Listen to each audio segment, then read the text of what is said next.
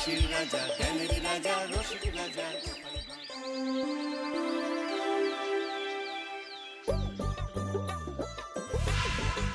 দূর দূর, হঠাৎ করে কেন যে এত চুল ঝরছে বুঝতেই পারছি না। কতদিন হয়ে গেল চুল ওঠা আর থামছেই না। না, এমন হতে থাকলে তো মাথায় টাক পড়ে যাবে। না না না, আজ রাজবৈদ্যের কাছে পরামর্শ নিতে হবে। কি ব্যাপার মহারাজ, আজ আপনাকে এমন চিন্তিত দেখাচ্ছে কেন? জীবনে বড় দুঃখ গোপাল, মন মেজাজ একদম ভালো নেই। সে কি, কি হয়েছে মহারাজ? গোপাল থাকতে দুঃখ কিসের? আর বলো না, মাথার চুলগুলো আজকাল ঝড়ে পড়া পাতার মতো পটপট করে ঝরে যাচ্ছে।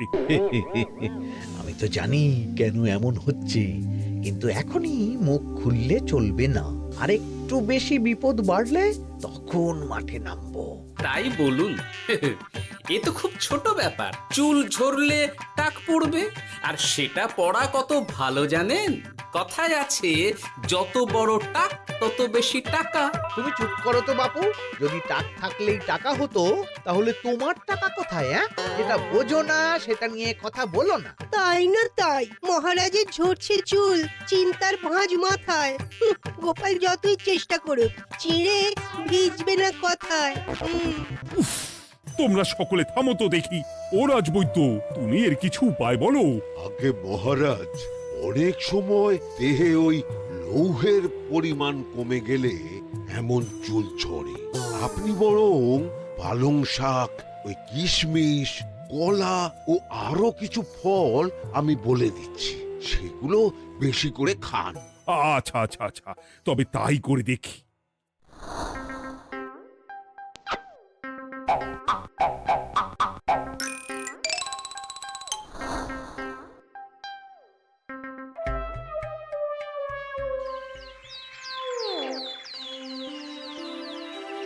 ও রাজবৈদ্য, তোমার কথা মতো শাক পাতা ফলমূল সবই তো খেলাম, চুল ঝরা বন্ধ তো হলোই না।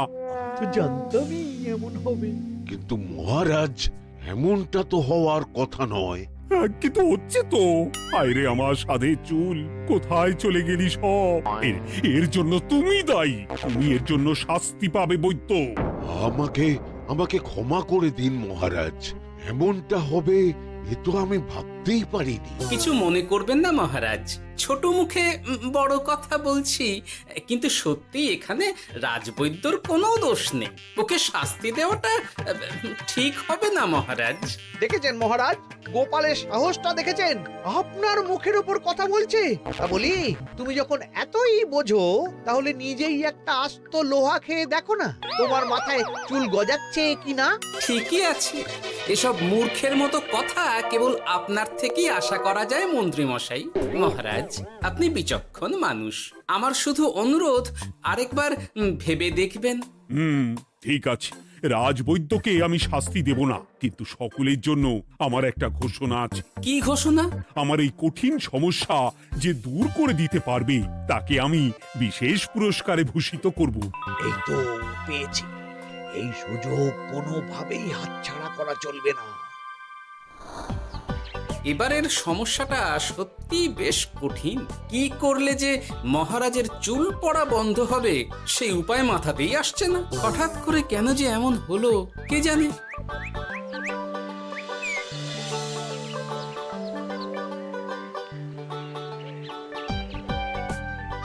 ও মা, তুমি এসে গেছো?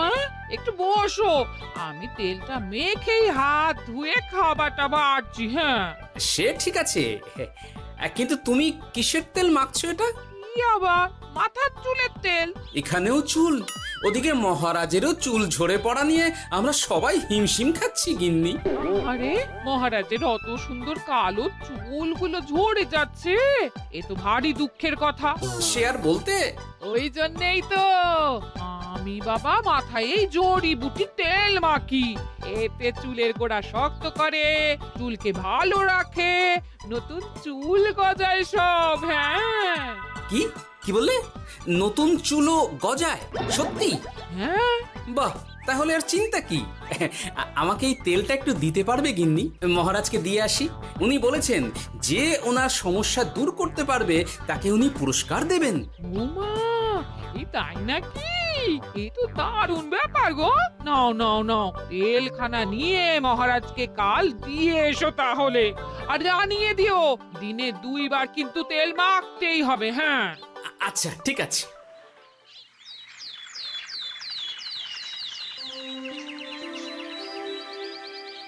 কোনো উপায় খুঁজে পেলে তোমরা? আগে মহারাজ, আমি আপনার জন্য নকল চুল বানিয়ে এনেছি। যতদিন আপনার চুল পড়া বন্ধ না হচ্ছে ততদিন আপনি এটা পরে ব্যবহার করতে পারেন। সে তো বুঝলাম, কিন্তু নকল চুল তো আর আসল চুলে জায়গা নিতে পারবে না বিজ্ঞানী। আসল চুলের কথা ভেবে আমি আপনার জন্য কেশুত্তে পাতা এনেছি মহারাজ। আচ্ছা বেশ। তা গোপাল, খুব তো আগের দিন বকবক করছিলে, তুমি কি এনেছো শুনি? সেটা যথাসময়ে দেখতে পেয়ে যাবেন মন্ত্রী মশাই। এটা জড়িবুটি তেল মহারাজ। আমি এটা আপনার জন্য এনেছি। এতে নতুন চুল গজায় আর চুলের স্বাস্থ্যও ভালো হয়। আমার গিন্নিও ব্যবহার করে এটি, তবে দিনে 2 বার করে মাখতে হবে, তাহলেই ভালো ফল পাবেন মহারাজ। বাবা, তাহলে তুমি কেন মাখো না? আচ্ছা, আপনার সমস্যাটা ঠিক কোথায় বলুন তো মন্ত্রী মশাই? মহারাজের জন্য কিছু আনলেও কথা শোনান, না আনলেও কথা শোনান। সত্যি তো মন্ত্রী, কেন তুমি সব সময় গোপালের পিছনে পড়ে থাকো বলো তো? এরা তো তাও সবাই কিছু না কিছু আমার কথা চিন্তা করে এনেছে, তুমি তো সেটাও করনি। না, আসলে মহারাজ, আমিও ভাবছিলাম আপনার কথা, কিন্তু থাক, বুঝেছি। আহ, দারুণ। তেলের গন্ধটাও খুব সুন্দর। গোপাল, তোমায় অনেক ধন্যবাদ। আশা করছি ব্যবহার করলে খুব ভালো ফল দেবে। একদম দেবেই মহারাজ। দূর বাবা, ভেবেছিলাম এক, হলো আর এক। কোথা দিয়ে যে গোপালটা মাঝখান দিয়ে এসে নাক গলিয়ে ঢুকে পড়ে, খুব শক্ত পুরস্কার নেওয়ার। দেখাচ্ছি মজা।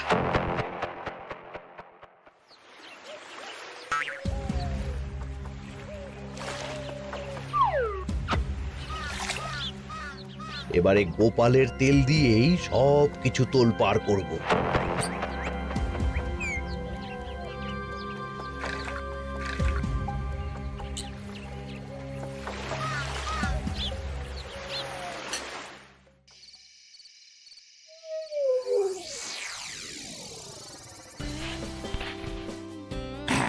ব্যাস, হয়ে গেল 2 বার মাখা।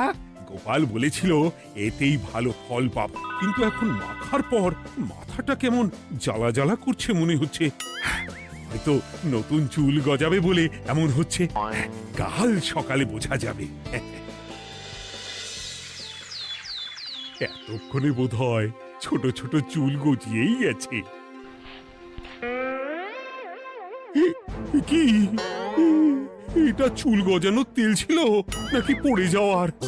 হে ভগবান, যেটুকু বাকি ছিল সেটাও ঝরে পড়ে টাক পড়েই গেল। হ্যাঁ, গোপালই হলো যত নষ্টের গোড়া। আজ আসুক সভায়।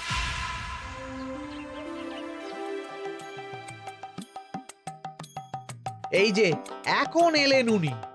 ও কি মহারাজ, আপনি এমন কাপড় মাথায় জড়িয়ে বসে আছেন কেন? তুমি আর এমন প্রশ্ন জিজ্ঞাসা করো না গোপাল, তোমার দয়াতেই মহারাজের এমন অবস্থা। মানেটা আমি তোমায় দেখাচ্ছি, দাঁড়াও। এই যে গোপালের দেওয়া তেল মেখেই আমার এমন হয়েছে, আর তার জন্য আমি তোমাকে কোনোদিনও ক্ষমা করব না গোপাল। বিশ্বাস করুন মহারাজ, আমার গিন্নিও মাখে এই তেল, কিন্তু এমন কিছু তো এখনো পর্যন্ত ঘটেনি। আমি আর কিচ্ছু শুনতে চাই না। আমার মাথা ভর্তি চুল আমি ফেরত চাই। যতদিন না আমার মাথার সব চুল ফিরে আসছে ততদিন আমি তোমার মুখও দেখতে চাই না। মহারাজ, আপনার কোনো চিন্তা নেই, আমি তো আছি। এবার এই সমস্যার একটা সমাধান আমি করেই ছাড়বো। কি ব্যাপার, মন্ত্রী মশাই এত লাফাচ্ছে কেন? এসবের পেছনে আবার ওনার হাত নেই তো? না, ব্যাপারটা পরে দেখতে হচ্ছে।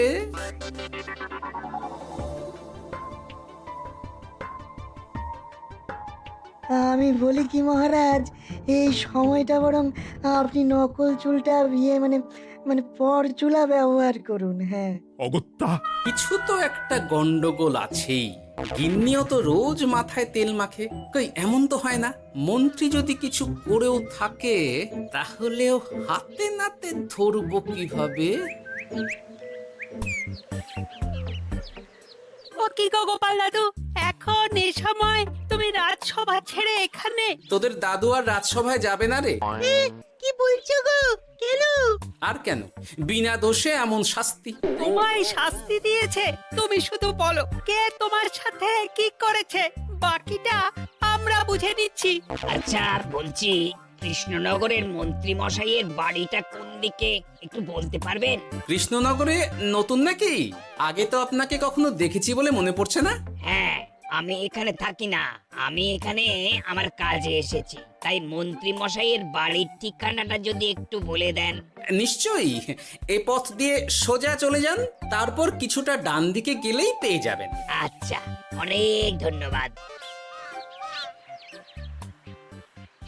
ভিন গাঁয়ের লোক মন্ত্রী মশাইয়ের বাড়িতে, ব্যাপারটা বেশ সন্দেহজনক লাগছে। এই এই গুলটে ন্যাপলা, তোরা তোরা দুজন একটু আড়াল থেকে দেখতো লোকটা মন্ত্রী মশাইয়ের বাড়িতে ঠিক কি জন্য এসেছে, তারপর আমায় খবর দিস।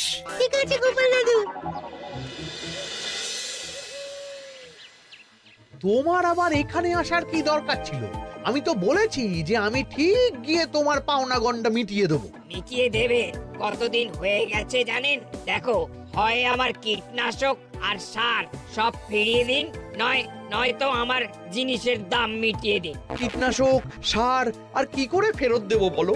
ও তো সব পুকুরের জলে মিশে গেছে। ওসব আমি জানি না, আমার পাওনা গন্ডা মিটিয়ে দিন, ব্যাস। চল চল, এখনই তাহলে গোপাল দাদুকে গিয়ে সব জানাই। হ্যাঁ, চল চল। দাদু, ও গোপাল দাদু। তোরা এসে গেছিস? আয় আয় আয় আয় আয়। মন্ত্রী মশাইয়ের মুখ থেকে অনেক খবর পেলাম। তাই নাকি? কি শুনি? মন্ত্রী মশাই ওই লোকটার কাছ থেকে অনেক কীটনাশক সার নিয়েছে, কিন্তু এখনো জিনিসের দাম মেটায়নি। হ্যাঁ, ওই জন্যই তো মন্ত্রী মশাইয়ের উপর লোকটা খুব রেগেছিল, হুমকিও দিয়েছে 1 সপ্তাহের মধ্যে জিনিসের দাম সব মিটিয়ে দিতে হবে। তাই নাকি? কিন্তু কীটনাশক সার নিয়ে মন্ত্রী মশাই কি করবে? সেটা তো বলতে পারবো না দাদু। তবে হ্যাঁ, মন্ত্রী মশাই ওই লোকটাকে বলছিল যে ওই সব কীটনাশক সার পুকুরের জলে মিশে গেছে। কি বললি? পুকুরের জলে? আচ্ছা, এবার দুয়ে দুয়ে 4 করা গেল। অনেক ধন্যবাদ রে তোদের। বল বল, তোরা কি খাবি? কিচ্ছু লাগবে না গোপাল দাদু, তবে ভোলা বয়ের আর মিষ্টি খাওয়ালে। আচ্ছা আচ্ছা। কি করে যে মহারাজকে আসল ব্যাপারটা বোঝাই, কিছু তো একটা উপায় বের করতেই হবে। তা বলি বাবা, রাজসভায় যেতে হবে না বলে কি সারাদিন এইভাবেই শয়নে শয়নে দিন কাটাবেন বাবা? হ্যাঁ, উপায় পেয়ে গেছি। বুঝলে গিন্নি, আমাকে একটা জায়গায় যেতে হবে, বুঝলে? তারপর ওখানে যদি কাজ হয় তাহলে আগামীকাল রাজসভায় আমি যাব। কিন্তু তুমি যে বলেছিলে তোমার এখন ছুটি। হ্যাঁ, কি আর করি বলো, গুরুত্বপূর্ণ একটা কাজ, তাই যেতেই হবে। আচ্ছা, যাও। ওই গো বিজ্ঞানী, আরে গোপাল যে, বলো। এই এই যে বিজ্ঞানী, একটা বিশেষ দরকারে তোমার কাছে এলাম, বুঝলে? হ্যাঁ, বলোই না। আচ্ছা, এই দূষিত জলকে কিভাবে আবার পরিশুদ্ধ করে বলতে পারবে? কেন পারবো না? জলের মধ্যে একটু চুন আর ফটকিরি দিয়ে দিলেই জল আবার দূষণমুক্ত হয়ে যাবে। তবে ওগুলো দেওয়ার পর কিছুদিন সেই জলকে ব্যবহার করা বন্ধ রাখতে হয়। হ্যাঁ। আচ্ছা আচ্ছা, অনেক ধন্যবাদ, আসি তাহলে। হ্যাঁ,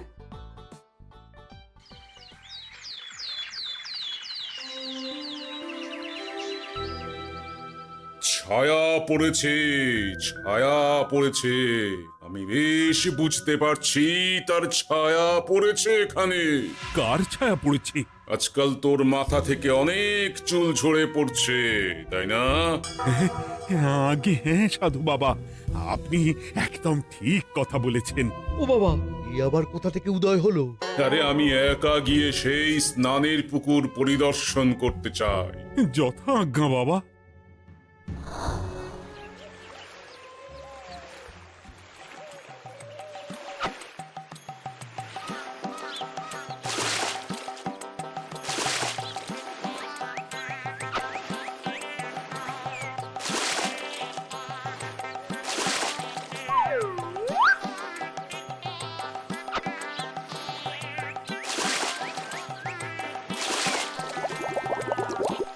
যাক বাবা, মোটামুটি সপ্তাহখানেক এভাবে থাকলেই পুকুরের জল আবার আগের মতো পরিষ্কার হয়ে যাবে। এবার শুধু মহারাজকে একটু বুঝিয়ে বললেই হয়ে যাবে।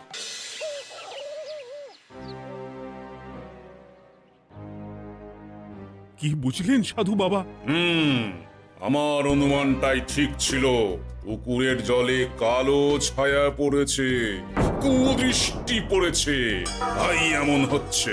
সে কি? কি কালো ছায়া? যত সব বাজে কথা। জল দূষণ করলাম আমি, আর দোষ পড়ছে কালো ছায়ার উপর। তাহলে এখন কি হবে? চিন্তার কোনো কারণ নেই। আমি মন্ত্রপুত ভস্য ছড়িয়ে দিয়েছি। 1 সপ্তাহ ওই পুকুরের জল স্পর্শ তো দূর, পুকুরের কাছেও যাওয়া নিষেধ। তাহলে আমার মোহরের কি হবে? যথা আজ্ঞা সাধু বাবা। ও কি, তাহলে মহারাজ এতদিন স্নান করবেন কোথায়? সে কথা কাউকে চিন্তা করতে হবে না। মহারাজের ওপরে কালো ছায়া পড়া জল পড়েছে, তাই আগে সেটা শোধন করতে হবে। আমাকে তাহলে কি করতে হবে সাধু বাবা? আমার শিষ্য গোপাল আমাকে আগেই এই বিষয় জানিয়েছিল। আমি তার হাত দিয়েই তোর স্নানের জল পাঠিয়ে দেব। তাই আগামী 1 সপ্তাহ সেই জল দিয়েই তোকে স্নান করতে হবে। কি গোপাল? দেখছো তো মন্ত্রী, গোপাল আমাকে কত ভালোবাসে। আমি ওকে কত কথা শোনালাম, কিন্তু না না না না, কাল থেকেই আমি আবার গোপালকে রাজসভায় ডেকে আনবো। আমি আসছি, আমার কাজ হয়ে গেছে।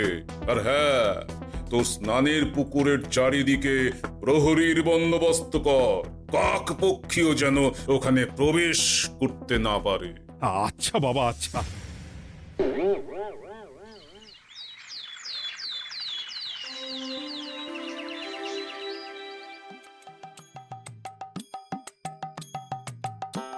গোপাল, তোমাকে আবার এখানে দেখতে পেয়ে আমার খুব ভালো লাগছে। তোমার গুরুদেব গতকাল এসেছিলেন, কিছু মনে করো না। না বুঝেই তোমাকে অনেক কথা শুনিয়েছি। না মহারাজ, আমি জানি আপনি আমাকে খুব ভালোবাসেন, তাই আমি কিছু মনে করিনি মহারাজ। এই নিন, আমি আপনার স্নানের জল এনেছি। হ্যাঁ হ্যাঁ হ্যাঁ, দাও দাও দাও।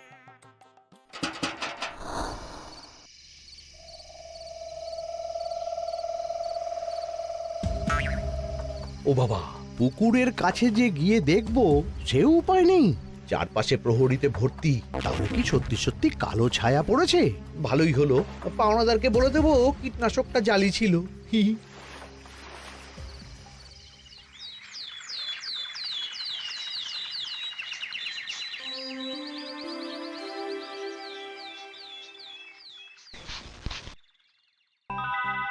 এই তো আমার সেই পুরনো কালো চুলগুলো আবার ফিরে এসেছে।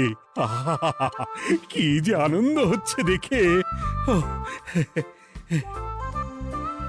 আজ 1 সপ্তাহ সম্পূর্ণ হলো। গোপালের জন্য আমার স্নানের পুকুর থেকে কালো ছায়া দূর হয়েছে। আমাকে এই সমস্যা থেকে দূর করার জন্য আমি গোপালকে 100টি মোহর উপহার দিতে চাই। ধন্যবাদ মহারাজ।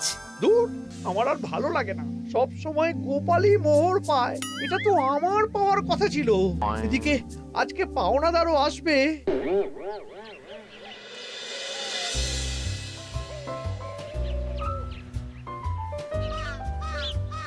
গোপাল দাদু, ওই লোকটা এসে গেছে। আচ্ছা, আসছি। এটা তো মন্ত্রীর বাড়ির দিকে রাস্তা। আমরা তাহলে এদিকে কেন যাচ্ছি গোপাল? আপনার পুকুরের আসল রহস্যটা কি সেটা আপনি জানবেন না মহারাজ? মানে নিজের চোখেই দেখুন, তাহলে বুঝতে পারবেন। আর একটু সময় দাও আমায় ভাই, এমনিতেও তোমার কীটনাশক কোনো কাজের নয়। কি এখন এসব কথা? আর একদিনও সময় দিতে পারছি না। একটু বোঝো, একটু। সব আমি মহারাজের পুকুরের জলে মিশিয়ে দিয়েছি। মন্ত্রী, তুমি তাহলে সেই কালো ছায়া?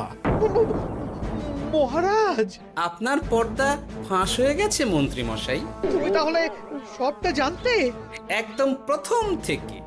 রে, খুব জোর ফেঁসেছি। এদিকে পাওনাদার, ওদিকে মহারাজ, এখান থেকে কেটে পড়তে হবে। গন্ডগোল করে আবার পালানো হচ্ছে তবে রে। বলো, কেন করেছিলে? মহারাজ, আমি ভেবেছিলাম আপনার সব চুল উঠে গেলে আমি আপনার কাছ থেকে চুল গজানোর ওষুধ দেওয়ার নামে অনেক টাকা লুটবো। কিন্তু সেই ভাবনা ভাবনাই থেকে গেল, সেগুড়ে যে বালি হয়ে গেল। ভাবা যায় চুলের জন্য চুলোচুলি, হ্যাঁ? হাসির রাজা জ্ঞানের রাজা রসিক রাজা গোপাল